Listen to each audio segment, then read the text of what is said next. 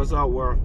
It's your boy Tommy Mav, and I came to give you guys basically my weekly update on what I'm thinking on the NBA.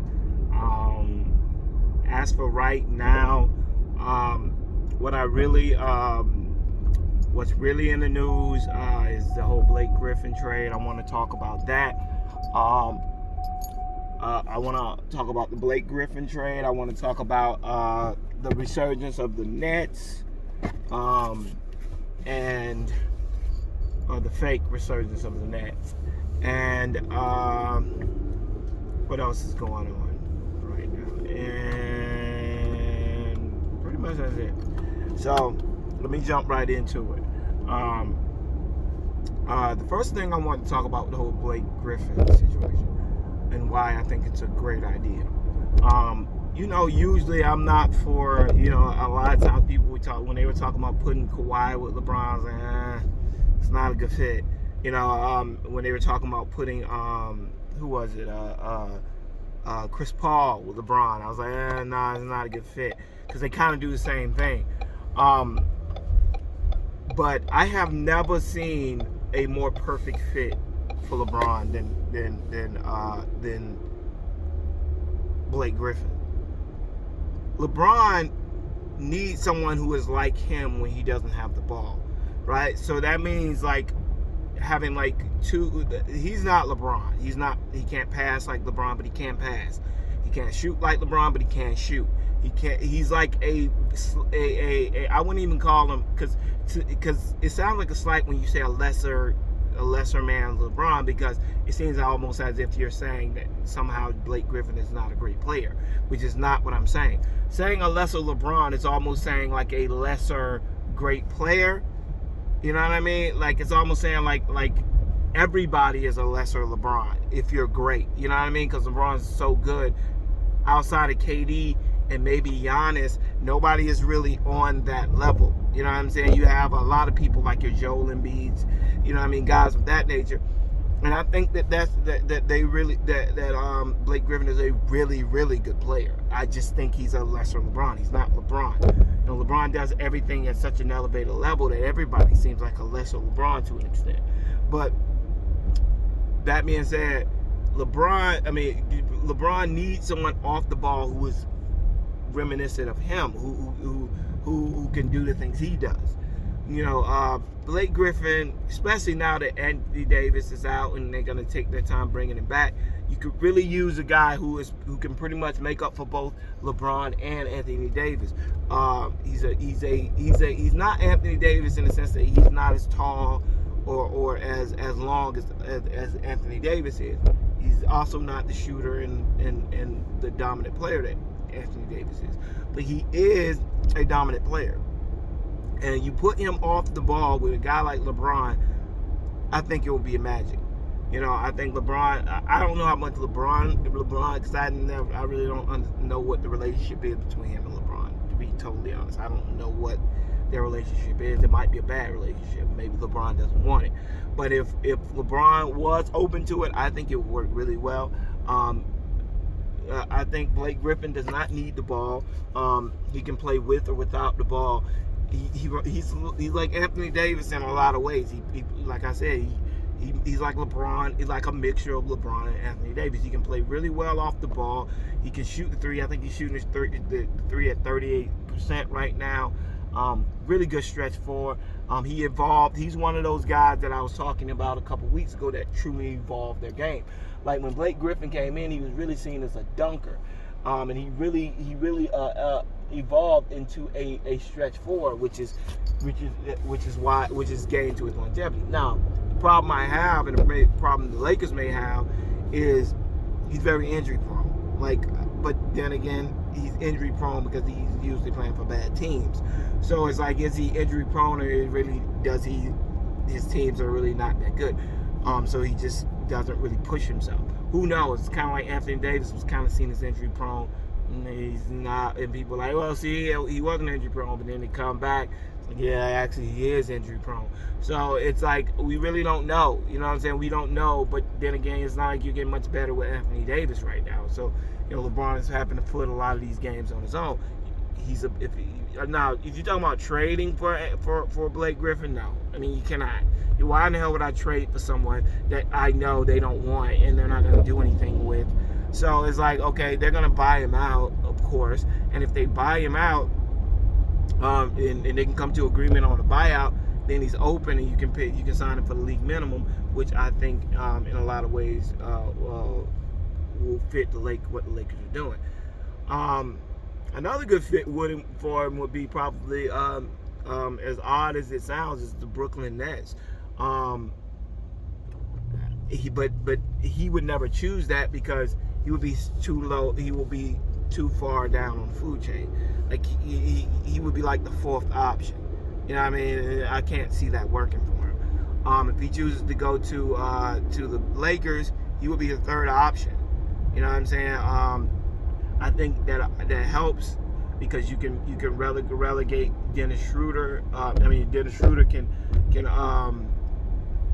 be more of a facilitator that he is, but you can start to see that they're already migrating from Dennis Schroeder being the point guard because he's really having a hard time scoring when he's the point guard. So you can tell it's really not a good. It started out well for him at the beginning of the year, and now it's kind of derailed off because once they start losing, he can't.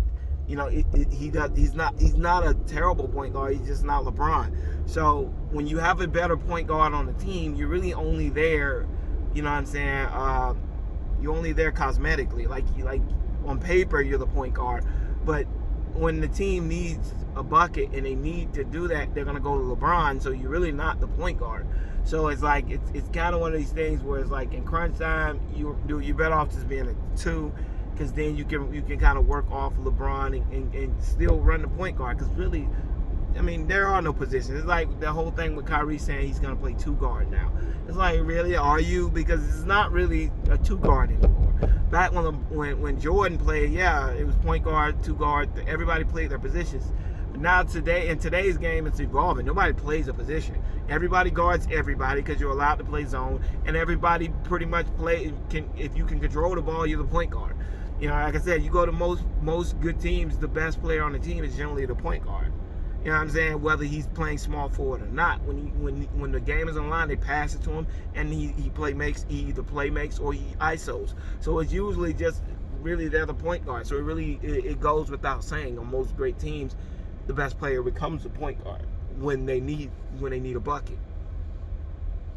But I mean, regardless, that's just the way that the offense is right now. So I think Dennis Schroeder was putting himself in a bad position when he tried to do that, and then now he's struggling. You got so many young horses behind him that now that he's kind of going through a slump, that his minutes are going down, and all these other players like Kuzma and Caruso and all these guys, you know, are stepping up. So now Schroeder is kind of getting his minutes shrunk down because he's just not scoring at the same clip he was. He's not being as aggressive as he was, and they need that now more than ever. You know, because I think last night, if you watch the game, they pulled LeBron out kind of fairly early because I can tell they want them to learn to play without him. But they are so dependent, and that's the problem when you have LeBron James on your team. You become so dependent. It's like having a car for so long, you know what I'm saying, and then all of a sudden having to go back to using a bicycle. It's like, yeah, a bicycle can get you where you need to go, but it takes way more effort, and it's way less convenient. It's easier to just give it to LeBron. LeBron is always going to make the right play. He's always going to be a mismatch, and he's going to find a mismatch. So it's just easier to be like, instead of us trying to develop these players to do it, let's give it to LeBron, because they're never going to develop to the point that they're as good as he is at this. Even though Kuzma, you can tell, is starting to show signs of just being a very, very smart basketball player.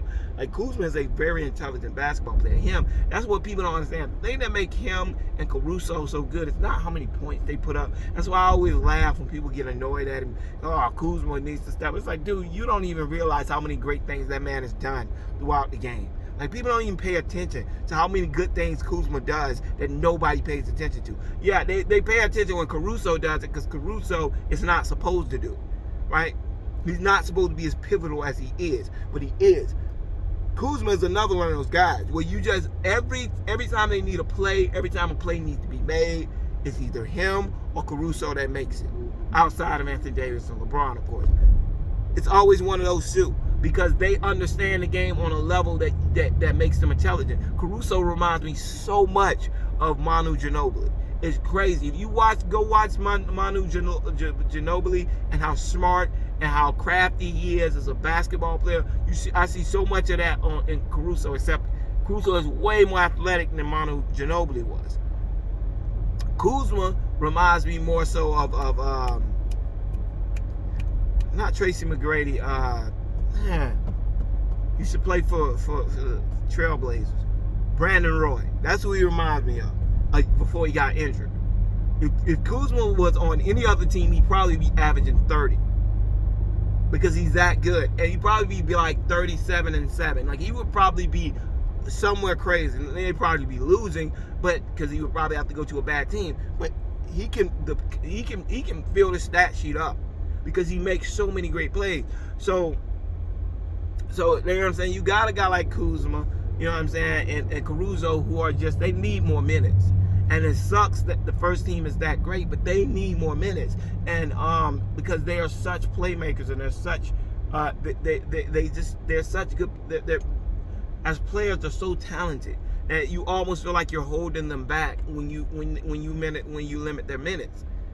They deserve to be. They should be in the start. They shouldn't be in the starting lineup, but they deserve way more minutes. Same thing with Montrez. It's like Montrez just always makes plays, and it's like you got to keep that. You got to find a way to keep that guy involved and keep that guy in the game. I don't understand what they're doing with him. At times, you know, these last couple games since Anthony Davis has been out, it's just kind of been all over the place. It's like Vogel can't get his lineup straight. Like the minutes are all over the place. It just kind of seems weird. But getting back to the Blake Griffin thing, I think if you bring Blake Griffin in, you have a true four. You know what I'm saying? That also is such an inside presence that it also helps AD. So AD is not in the belly of the beast going against three big men like he does now. You know, Marc Gasol is a great center. You know what I'm saying? Great passing center, and he works. But if you take a guy like a Marc Gasol and you put him in more, like yeah, it's great that he's starting, but he's just not athletic enough, right? He's just not athletic enough. And last night he played a hell of a game, you know what I'm saying? Because you got to see more of his stretch ability when Anthony Davis isn't in there. Because Anthony Davis does not like to be, Anthony Davis likes to roam. And they need a rim protector. That's why Anthony Davis did so well with McGee and Howard. And he's kind of struggling with Marc Gasol because he has to recover so much from Marc Gasol. Because Marc Gasol, though he's a great rim protector and a very smart player, he's just not as athletic as the other two were. So I think you bring in a guy like Blake Griffin, and maybe even another guy like a Drummond. I think you put yourself in a great position. You know what I'm saying? I mean, I don't think you can get both of them, but if you happen to want to get both of them, I think they could work. You could work with both of them. With Drummond at the 5, which moves AD to the 4. You know what I'm saying? But then I guess you run into a problem because you're removing KCP for I guess you can move KCP to the 2 and have a huge lineup, a huge stretch lineup, because all of them can beat you ISO outside of maybe Drummond. You know what I mean? So I don't know, but I think Drummond kind of hurts in the sense that he has very slow feet, and when you have guys who are rolling to the basket like a LeBron and AD, I just don't really think that works. I think you are way better off with a guy like a JaVale McGee. If you can get JaVale and maybe in a trade, maybe give up maybe a second rounder, and maybe a guy like I wouldn't say Marquise Morris because they need him, but someone who is expendable that you know that probably works for you. I wouldn't say Wesley Matthews because once again they need him. But yeah, I think they do need to pick up a big. They need to pick up an athletic big. So that when they're dealing with the guys like like the Jazz and the Jazz and the Nuggets, you're dealing with, you can create a matchup problem for Jokic. I think right now Marc Gasol does a great job on Jokic, but I don't think he does that well. I think his job, he struggles more against athletic bigs. That's his problem. Joel Embiid had him for lunch. You know what I'm saying? Giannis, all these guys who can take him off the dribble, he struggles. He struggles mightily with those people. So I think they really need to find a way to transition into getting a more athletic big, because right now he's not a ticket. You're not gonna beat JaVale. I mean, I don't think you're gonna beat a guy like a Joel Embiid with Marc Gasol, and I don't really think. I just don't really see them being able to beat the 76ers in a 7-game series or it's going to be extremely hard. I think they can with or without a bid because they have LeBron and AD, but it's going to be very, very hard. I think you can probably beat them in 5 games if they get an athletic big. You know what I mean? Because I think an athletic big will give Joel Embiid trouble, which helps. Or if you can put Anthony Davis one-on-one with a guy like Joel Embiid, I think that's better than when you bring in a guy like Blake Griffin. Because Blake Griffin, you know what I'm saying, he can get in there too. Him, LeBron, AD. I mean, that's a hell of a rebounding tandem in those three, in Blake Griffin, LeBron, and AD. I mean, who's going to be able to get a rebound with those three athletic, strong, especially Blake Griffin and LeBron. Blake Griffin and LeBron are like freaking Herculean strong, and you got AD, who is just super long and athletic and such a long presence. It's gonna be very, very hard to beat that team. You know what I'm saying? Because LeBron and Blake Griffin are so supremely athletic, and then you throw in a guy like Anthony Davis. I just, whew, it's gonna be hard to do. Now, getting back to another discussion is the Brooklyn Nets. Okay. Now, going beyond, just the obvious of the fact that I think that anytime it's so funny every time the Lakers lose a game, the ceiling's falling, and every time the Brooklyn Nets win a game, they're the greatest team to ever be assembled. Last night they beat the Suns in regulation without AD and Harden. I mean, what am I talking about? KD and Kyrie, or as I like to call them, Kyrie, right? So this man walked in there last night with a freaking shaman stick. Like, what the hell are you thinking? Like in my mindset, it's like, does he do this for attention, or is he really that batshit crazy? Who knows? The point is that it's like, what the hell is he doing? All the time. So you don't know what the guy's gonna do. He walked in last night looking like a hobo walking with the shaman stick. It's like he didn't taste the apple. Like, he swallowed the apple whole. Like, this guy is the most I guess the word would be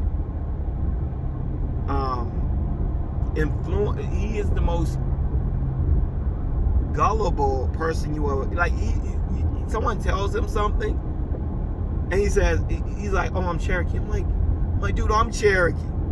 Well, it's hard. You are pressed to find a black person at some point who does not have some Indian in their bloodline. It just is, because during the early times, a lot of African Americans, when they ran away from their slave masters, they would go and they would cohabitate and they would live with the Indians.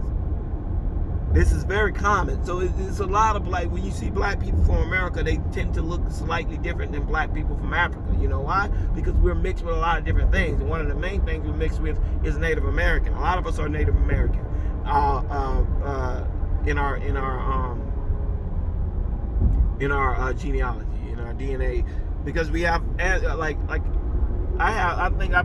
got like 4 or 5 different times in my timeline where I have a Native American, either grandmother or great great grandmother. It's always there. You know what I'm saying? So the fact that he's Cherokee is just weird to me. That now all of a sudden he's a shaman. It's good because he don't like dude. I'm not saying that you should not embrace your roots. What I'm trying to say is you should not just. You're not. I'm sorry, but you're not Native American. You're American. You know what I'm saying? And no matter what your descent tells you you are, you can choose to do whatever you want to do. But people have a right to critique that as being a little batshit crazy when it has nothing to do with nothing. It's like, why even walk in there with a shaman? Right? There are a lot of people who are Muslim. You don't see them walking in there with a dashiki. You know what I'm saying? And in a freaking bow tie. It's like you can be Muslim without fitting into a stereotype. The thing about Kyrie Irving is like he's saying he's Indian, but it seems like he's almost making fun of Indian people. I mean, Native Americans. It's like you look like you're trying, like a dude trying to make fun of Native Americans, which just comes off as very disingenuous and weird. But that being said, like the thing that gets me about this whole narrative surrounding the Nets is, and I'll give you that, they had a really good win against the Suns last night, right? KD didn't play, Kyrie didn't play. I don't think people understand this. The problem people have is when you put those three together, there's a problem. Harden can beat any team by himself. You saw that when he was on the Rockets. Yes, Harden is capable of beating everybody as long as you hide him on defense. That's very easy to do because now Kyrie is off the court as well. Kyrie is off the court, Harden is off the court. Now you only have to hide one person on defense, and then you got a bunch of guys who are fighting for contracts, busting their butt on defense to make up for where they lack. The problem we have is when you put Kyrie Irving, Kevin Durant, and Harden on the same field, you're not getting more. The Nets still scored 128, almost 130 points last night. So you have to consider, you have to at the very least consider that maybe this may be a system. The system itself works for everybody, right? You're going to get what you need as long as you have a capable ball handler, and a capable big man that can roll to the brim. That if you have that in D'Antoni's system, starting back with Amari Stoudemire, long as you go back that far, that's D'Antoni's system. When you have a big man rolling to the rim, it's going to be very hard to stop that 2-minute offense that they're getting up. I mean, little 20-second offense when they're shooting down the court and getting on you before you can really set up your defense. That's what they do well. So they're going to score their points. They scored around the same amount of points they scored when they have KD and Kyrie. So if that is what you want, if that is what you're shooting for, you didn't lose much.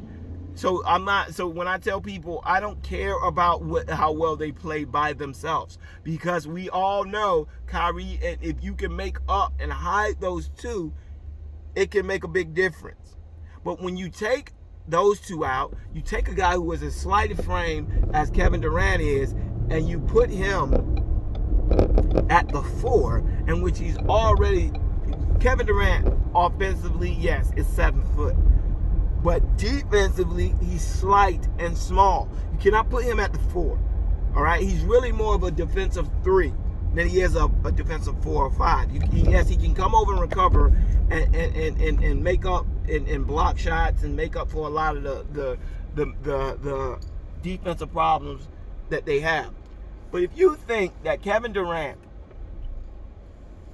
is going to somehow be able to stop a guy like LeBron James in a post, you're smoking crack. He's not. So you got a guy who's already slight of frame. You got a slow guy who's slow at running and getting to the rim, and DeAndre Jordan. So people are just feasting because Kevin Durant is so small that you either can run a pick and roll, have someone get down on the box, or get down on the box on him, a big guy, because all you got to do is pull DeAndre Jordan away from the rim, have another bigger guy body up Kevin Durant. Now you got two guys who can't stay in front of people, in Kyrie Irving and James Harden, and then you got one guy who can't get up to contest a shot. So you get in the three all day, and you got a guy in the low post who can't really prevent anybody who's bigger than him from scoring unless he fouls them. So you're looking at it because he has to always come over top, because all he really has is his height. He's not really knocking anybody off the square. So you got guys who are half his size who can just body Kevin Durant up. And Kevin Durant really can't even handle a guy the size of Russell Westbrook in the post. He's too small and weak. He's just not that strong. So it creates a larger problem when you have a guy like Kevin Durant, who is a great defender as long as he's guarding like a 3. In the 3 and lower, he's a great defender. He's not as good, and even a big or a 4 or 5, as long as he can keep him on the perimeter. But once they get inside, I mean, you can pretty much do what you want to Kevin Durant inside, because he can't really. All he can really do is hope that someone else can body him up, and then you can come over the back and help on defense. But he's not gonna body anybody up. He's too small. So that's my problem with the Brooklyn Nets. It's a difference between me explaining to you why I think the Nets are not a good team, than for me to sit up here and try to make an excuse every time they win a game to try to like people say, well, you know, people are just hating on the Nets. Like nobody's hating on the Nets. We're just pointing out some very valid points about that team.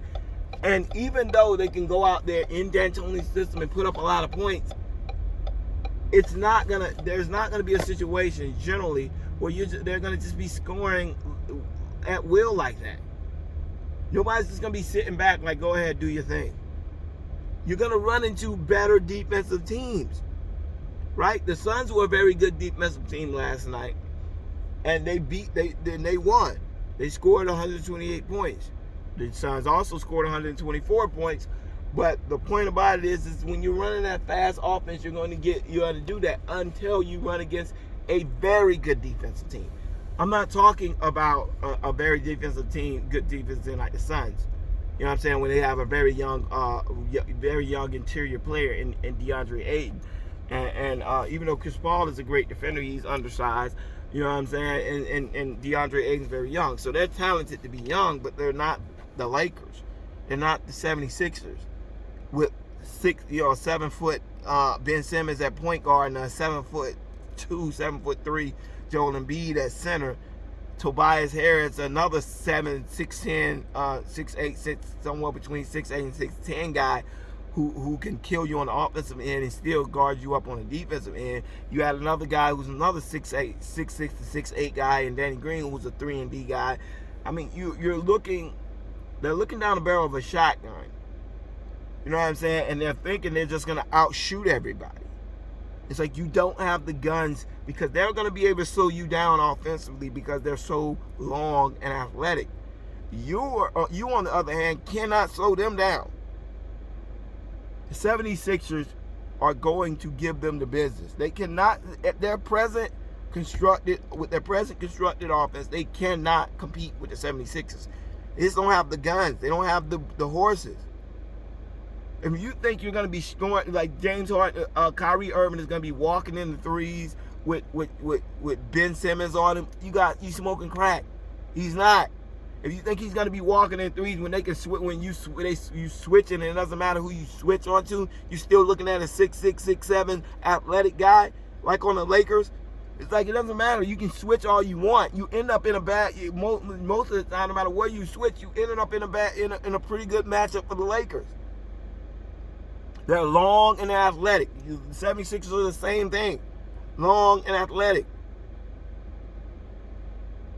How the Bucks are better, right? The Heat are the only real liability in that top that I see, because they have Hero. They rely on Hero and Duncan, and those guys are not great defensively.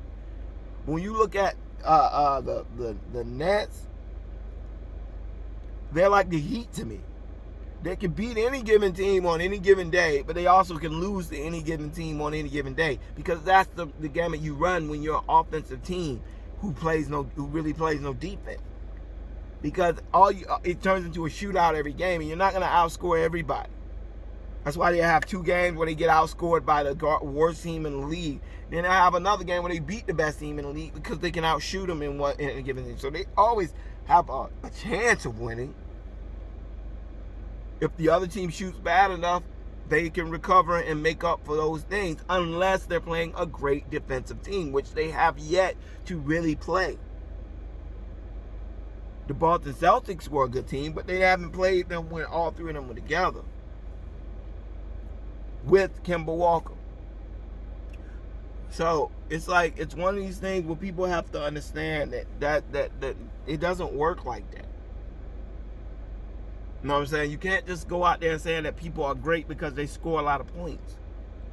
There's layers to it. Yes, they score a lot of points, but are they valuable as a defensive threat that will make anybody look at them and say, I don't want to play them in no 7-game series? Because 7-game series, what ends up happening is people start to understand how to slow everybody down.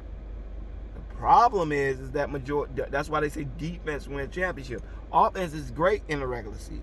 Every year you have this offense. The Mavericks were like that last year. Every year you have this offense that is prolific, going out there scoring hundreds of points. Then they get in the playoff and get knocked off in the second round. You know why? Because defense is the only thing that you can bring to the playoffs. Everybody can score most of the time. Not everybody can play defense. And most of the time, the best defensive team, that's why you look every year, the best defensive team is always going deep into the playoffs. You know why? Because that defense is the most important part. Everybody can score. Not everybody can stop people from scoring. So if you're a team that can stop people from scoring, you put yourself in a that's why the Lakers right now, they haven't had Anthony Davis. I think they lost once without Anthony Davis. They're 5-1 without him. You know why? Because their defense doesn't change. People sit up there and say they lost there. Yeah, but you look at the score. They scored 100 points. Like they're not giving up 130, 120 points a game. They're giving up maybe 100. Some games and other most games when they're winning, the other team isn't even scoring 100. They are a very good, as good as the Nets are offensively. The Lakers can match that offensively, and defensively they can shut you down. The same presence that Chris Paul has on the Suns, LeBron has on the Lakers. He can. Not only is he good at dissecting defense on the offensive side, he's good at dissecting offenses on the defensive side. And he's pointing and telling these tall, lanky, fast defenders where they need to be, and he's picking up stuff in game. Him, all those guys, AD, Trez, Kuzma to an extent, they're smart players. They know where they're supposed to be, and most importantly, they know the minute you hunker down on the defensive side and you go all out to try to get a goal, the minute you miss, they're running. You got to make every shot, because if you miss one, they're running. And if you down on the ground or you stop for a second to argue a call or to try to, that's easy too for them on the other end. They run. But yeah, I just want to come in and really just really explain those 2 things. I think, like as I said, Blake Griffin seems like it's a great pickup for the Lakers. I hope they go get him. I really think he would fit real well with LeBron and AD. And the Nets, you know what I'm saying? As I said before, nothing has changed with me for the Nets. They gotta show me they can play some defense. And they have yet to do that. They're still letting it go 120 points. They're just outscoring some teams. They've had some weak games in between, but they make excuses for it because every time they always have somebody out. So because someone is always out, they lose and nobody cares. But then they'll come together after not playing for 3 games, and all 3 of them come together, and they're playing the game like it's the Super Bowl, because half of them. 2 of them haven't played in 2 games, so they're 100%. The other team is coming off of back-to-backs and shit, and now all of a sudden y'all playing. It's like, well, of course, that's why I said that's the difference between the regular season and the playoff. In the regular season, you can't take no 2 games off and then think that you're gonna just jump back into it. You take 2 games off, you're down 2-0. You can't take 2 games off. Like you can tell they're taking games off in preparation of their game with the Lakers tomorrow. They want to be 100%. But by the same token, you're looking at it as like, dude, but that's kind of stupid because in the playoffs, you're not going to be able to do that.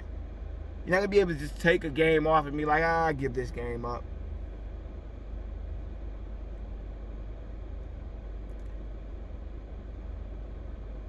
Like I said, defensively, they got to play better. You're still giving up 125 points a game.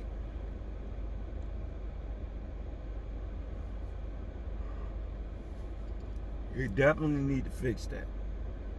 But regardless, I just want to pop in, you know what I'm saying, give you guys my thoughts on that. Please comment, let me know what y'all think. Subscribe, and like it. All right, y'all. Peace.